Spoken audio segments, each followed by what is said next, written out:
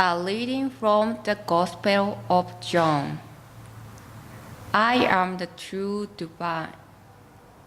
vine, and my Father is vine grower. He removes every branch in me that bear no fruit.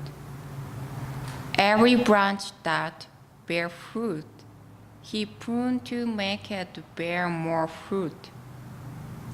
You have already been cleansed by the word that I have spoken in you. Abide in me as I abide in you. I am the vine, you are branches. Those that abide in me and I in them bear much fruit, because apart from me you can do nothing. My Father is glorified by this, that you bear much fruit. As the Father has loved me, so I have loved you. Abide in my love. If you keep my commandments, you will abide in my love, just as I have kept my Father's commandment and abide in his love. I have said those things to you so that my joy may be in you and your joy may be complete. This is my commandment, that you love one another as I have loved you. No one has greater love than this, to lay down one's life for his friends.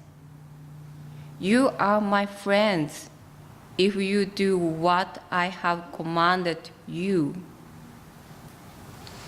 I do not call you servants any longer, because the servant does not know what the master is doing.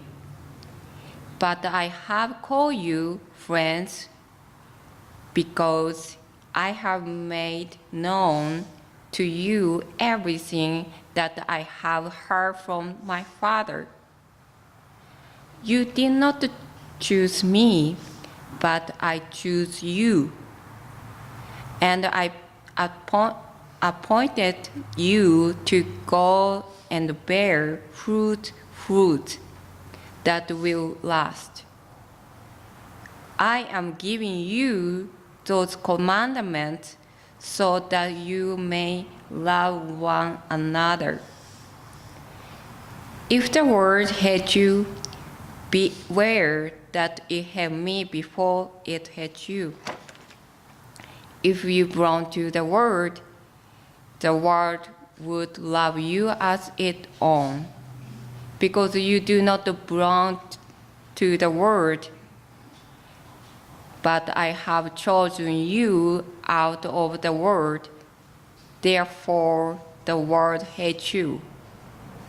Remember the word that I say unto you, servants are not greater than the master.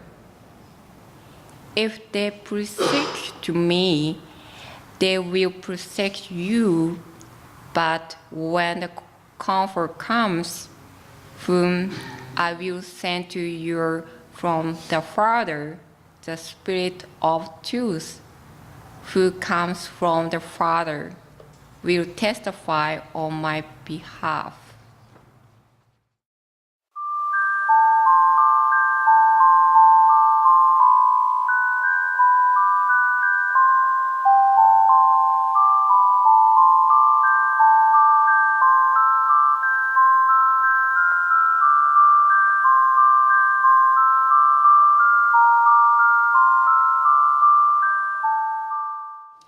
This being the third Saturday following True Easter, we continue our readings from the book of God's Revelation.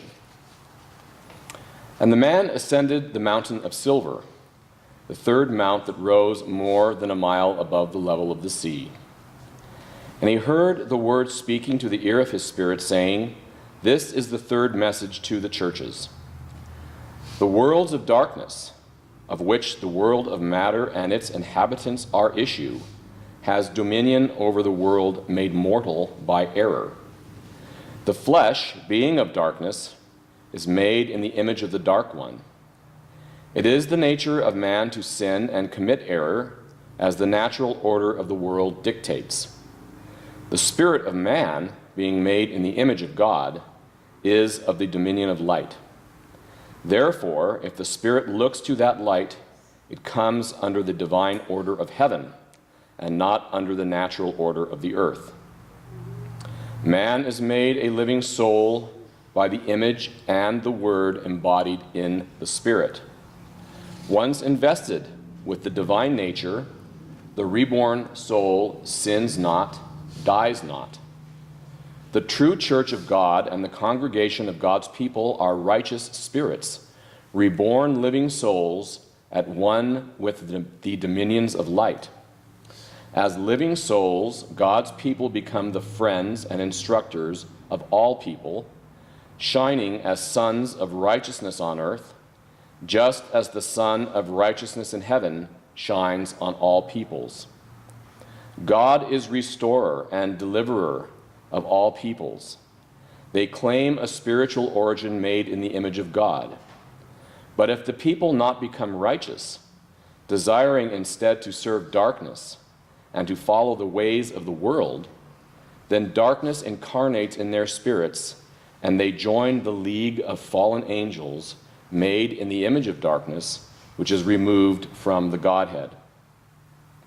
Satan, the old enemy of man with his devil spirits, is the destroyer of humankind. He has endowed the world and its inhabitants with error and ignorance of God. God is truly the friend of man. He has revealed the image of himself and spoken his word in the light, so that all peoples everywhere might know their Creator. God has lit the sun of the earth with his righteousness, so that all eyes might see. God has spoken his word within that light of the sun, so that all ears might hear. God has opened the portals to the dominions of light for man and woman to enter. Therefore, the judgment of God is one of truth, justice, love, peace, goodness, mercy, and grace. God has lit the sun with the spirit of wisdom, understanding, counsel, knowledge, strength, power, blessing, and awe, so that all persons may acknowledge God's legacy with thanksgiving, confessing that he has not forsaken them nor concealed himself from them. And the man heard the word of prophecy speak out of the sun, saying, "This John wrote, as moved by the spirit of the age, to the church of Pergamos.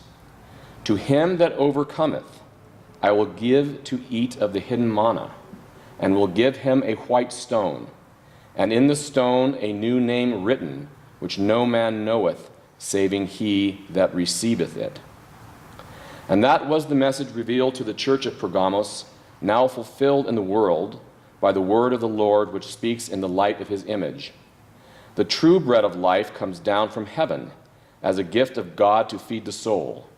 And by feeding on that bread of life, the soul lives.